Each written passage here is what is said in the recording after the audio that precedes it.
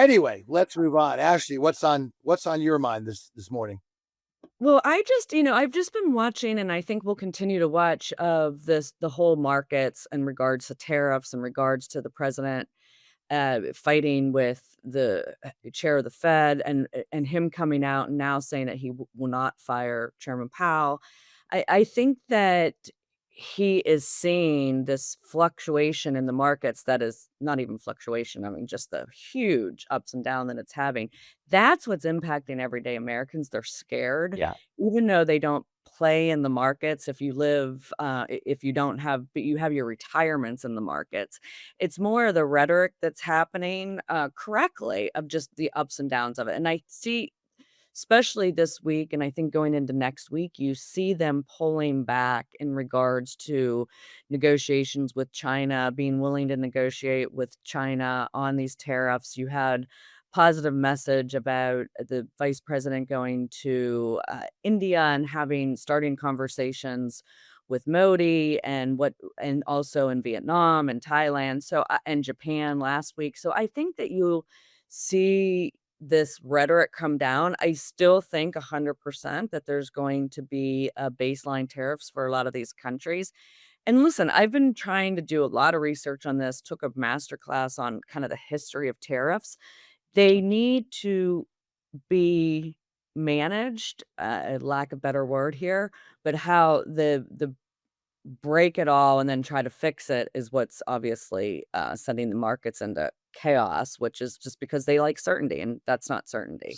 So I think we're gonna continue to see kind of the more tamer version of the administration. Secretary Bessent, Secretary of Treasury's come out a little bit more, laid back in regards to his, comments about China, so we'll see what happens. What say you, Kurt? I think the administration has a real problem here. Peter Navarro was very bombastic, to say the least, when he said 90 days, 90 deals. That like they set once again an expectation that they cannot possibly meet.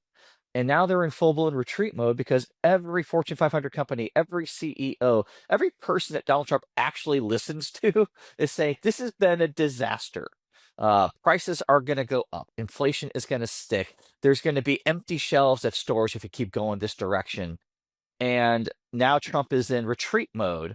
And for the guy who's all about, I guess, negotiating from positions of strength, he tends to do these bombastic things, and then the next day does a complete 180. This is like the third iteration of this that we're seeing now, and I don't exactly see how that's negotiating from a position of strength. He single-handedly, precipitated a global economic period of instability, we'll call it charitably, that it is not going to unwind itself because Donald Trump woke up today and said one thing that might be sane, which is I'm not going to fire the Fed chair.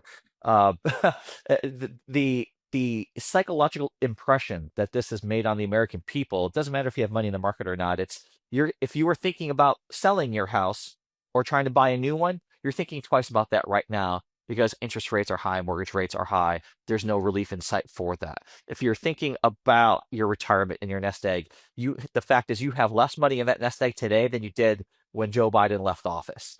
If you're thinking about summer and summer vacation and traveling and hotels and airfare and gas and all the things that go with summer, that is going to look more expensive this summer than it did last summer. And so those are the things that are real dangerous politically for Trump because that's the stuff, unlike a deported, migrant from El Salvador, this is stuff that affects everybody. And there's only one person that you can blame for that. You can't blame Joe Biden. You can't blame COVID. You can't blame all the things that happened the last years. Like there's one guy who pulled the trigger on tariffs, and that's tariffs are a tool. They're not supposed to be the entire ball game. They're a tool that needs to be wielded with precision, with a plan, and it doesn't look like they have either of those right now.